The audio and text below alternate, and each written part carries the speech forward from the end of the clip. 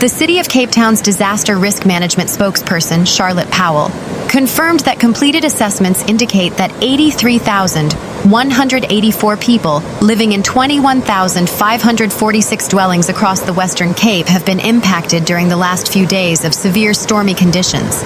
Cape Town, etc. reports. Powell added that humanitarian relief efforts are ongoing in communities affected by the weather over the past few days.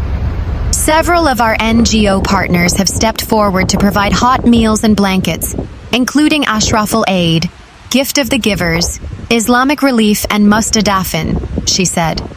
Thus far, assistance has been rendered in Vygieskraal, Overcome Heights, Dubai, Khayelitsha, Philippi East, Ramaphosa Informal Settlement, Gugulethu, Valhalla Park, Lwindle, Mfuleni and Kampies.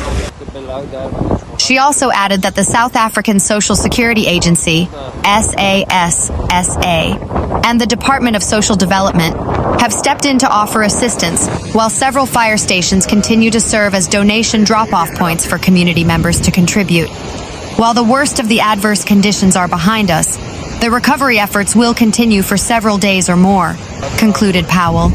We ask communities to please pay special attention to vulnerable households in their areas and to render assistance where possible, or help them access help through the appropriate channels. The Provincial Health Department has confirmed that the death toll as a result of severe weather conditions in the Western Cape since last week has risen to 6, Cape Town, etc. reports. On 6th May, Knysna auxiliary social worker Lauren Fredericks passed away after a tree fell on her car as she was on her way to conduct assessments of residents who were evacuated due to severe weather conditions. On Monday morning, 11th May, a person believed to be a passenger in an e-hailing vehicle died after a tree fell onto the vehicle in Tennant Road, Windberg. The driver reportedly escaped without injuries but was taken to the hospital for precautionary checks. Later on the same day, a 63-year-old woman was killed after a tree fell onto her vehicle in Montague Street in Blanco George when she was parking as she arrived at her workplace. Also on Monday, a fourth person died after falling off a roof in Worcester, while another died in Genadendal after a tree fell over. The department added that, in Meiringspoort near Klaarstroom, a person is believed to have drowned amid the flooding over the weekend. The presidency said in a statement on Monday evening that it was made aware of at least 10 weather-related fatalities across several provinces, but gave no further details.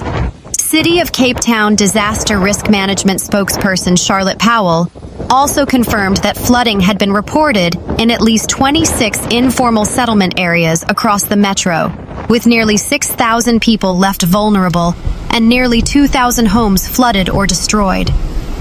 We are working closely with our humanitarian relief partners, who have already started assisting with meals and blankets in some of the affected areas. This relief will be extended as assessments are concluded, said Powell. The city has activated several donation drop-off points for residents wishing to assist affected communities. Anyone who wishes to donate to general relief efforts, or simply help ease the burden on the city's NGO partners, is encouraged to do so. Teams are also continuing efforts to restore electricity outages in affected areas and clear trees that have been uprooted or lost branches due to strong winds, added Powell. We remind the public to please report service requests via the city's various channels. The call center on 086-0103-089 or online via the city website or the city app. Incidents that pose an immediate threat to life or property should be reported to the Public Emergency Communication Center on 02148 07700. The Western Cape Education Department has also confirmed that all schools in the Western Cape, except those affected by severe storm damage or ongoing access challenges, will reopen tomorrow. Schools unable to operate will be in direct communication with parents regarding possible closures. Cape storm deaths rose to 5 on Monday, as severe weather battered the Western Cape with flooding, gale force winds, and mounting pressure on emergency services, Cape Town, etc. reports. In an SABC News interview, Western Cape Local Government and Environmental Affairs MEC Anton Bredell said, "We've had 5 fatalities that were reported today. as teams continue to respond across the province. The City of Cape Town said its Safety and Security Directorate was working with other services to deal with hundreds of weather-related incidents after the frontal system hit Cape Town overnight. Between 6 a.m. and 9:30 a.m., the Public Emergency Communications Center received just over 950 calls, with downed trees, motor vehicle accidents, and power issues among the main complaints. The City of Cape Town said flooding had been reported in at least 26 informal settlements across the metro, with assessments showing that 10,703 structures sustained weather-related damage. Disaster Risk Management spokesperson Charlotte Powell said the impact had affected about 41,635 people across the city. Humanitarian relief organizations had already started distributing meals and blankets in some affected communities, while assessments continued. The city said findings were being submitted to SASSA and the National Human Settlements Department to support further humanitarian assistance. City of Cape Town figures also showed the scale of displacement, with Bredell saying the city had identified about 6,000 people in dire need of assistance. The province said schools would remain closed on Tuesday, the 12th of May, after consultation with the Provincial Disaster Management Centre and the South African Weather Service. Several roadways are flooded this morning due to the persistent downpours. Borchard's quarry from the N2 incoming is closed, as well as Old Mamre and Darling towards Atlantis, between Philadelphia and Klein-Dassenberg. Bredell urged residents to rely on official updates as disaster teams, municipalities and aid groups work to support affected families and clear storm-hit areas. The West Coast District Municipality is facing a multi-pronged emergency situation as severe weather has led to evacuations, critical infrastructure damage, widespread power outages, and numerous road closures across all 5 local municipalities. Rivers across the region continue to rise rapidly, prompting urgent flood warnings and calls for residents in low-lying areas to prepare for potential evacuation. Cederberg Municipality has declared an urgent flood warning, with Municipal spokesperson Anthony Vusumzi Mlata confirming that the situation remains critical and dynamic. As of early Tuesday morning, 121 residents have been evacuated from the Riverview Informal Settlement in Citrusdal and taken to the Citrusdal Town Hall. In a separate incident, Emergency Medical Services, EMS, and SAPS are currently on scene at Farm Seweoliene, where 25 to 30 people remain trapped due to rising floodwaters. Rescue operations are ongoing. River rising rapidly with strong winds. SAPS, law enforcement, and municipal officials are on high alert, Mlata stated on Tuesday, 12th May.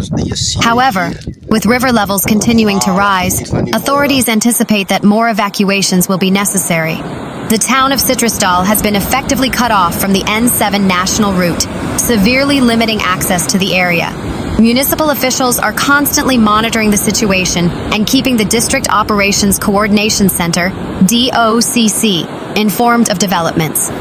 Residents of Graafwater are currently without electricity in areas behind and around the municipal offices due to a loose cable caused by weather conditions. Electrical teams are on site, but are dealing with multiple issues across various towns. Bergrivier Municipality's disaster response teams worked throughout Monday evening, responding to various weather-related incidents across the municipal area following severe weather conditions.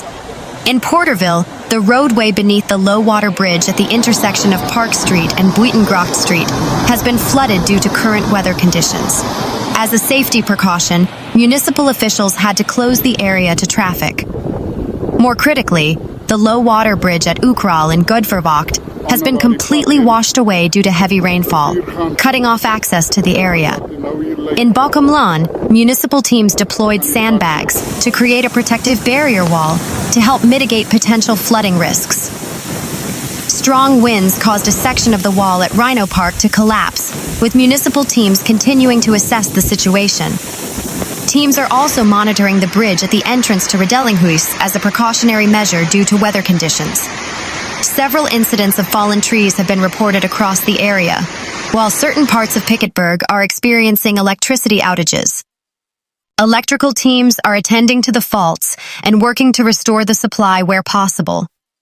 Throughout Monday evening, municipal emergency personnel remained on duty to monitor identified hotspot areas and respond to any situation that may pose a threat to motorists, municipal infrastructure, or the safety of residents. Bergrivier Municipality thanked all emergency and operational personnel for their continued dedication in ensuring the safety of the community. Swartland Municipality is dealing with multiple flooding incidents and power outages across its area of jurisdiction. The Bokomo Road taxi rank in Malmesbury has both lanes closed due to sand and debris on the roadway, with water levels remaining high. Swartland Traffic Law Enforcement Services is diverting traffic around the affected area. The R315 Darling-Iserfontein Road near Grootberg Farm in Darling is flooded, and road users are advised to proceed with extreme caution. Saldanha Bay Municipality is attending to an unplanned power outage affecting consumers in the Middlepost Informal Settlement, Saldanha. The electrical team is busy with fault finding to restore supply to affected consumers, with the time of restoration unconfirmed. In addition, the entrance road to the Vredenburg landfill site has been temporarily closed until further notice due to stormy weather. The road from the SPCA towards the landfill site will be used as an alternative access route. Matsikama Municipality is experiencing higher turbidity and raw water due to severe weather conditions and runoff in the catchment area, negatively impacting the filtration system at the waterworks. The Technical Services Department is continuously monitoring water quality, and necessary treatment processes are being applied to ensure drinking water meets required health standards. Consumers may experience discoloration or turbidity of the water. Persons affected by turbid water are encouraged to report it to the municipality's call center at 0272 0134 04 or 08104 08334. This information helps the municipality compile an accurate profile of the problem in the network and take further sample tests. The N1 at Worcester has been closed until further notice, along with various passes along the escarpment, severely impacting access to and from Cape Town. Premier Alan Winde issued an urgent transport announcement advising anyone currently using the N1 towards Cape Town to find a safe place to stop and sleep until a more direct route opens up.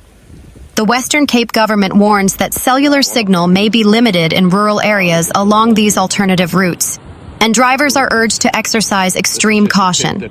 However, with Citrusdal cut off from N7 access and multiple road closures throughout the West Coast District, motorists are warned that even alternative routes may be compromised. The Western Cape Provincial Government, together with affected municipalities, disaster management teams, emergency services, and humanitarian partners, continue to respond to severe weather impacts across the province.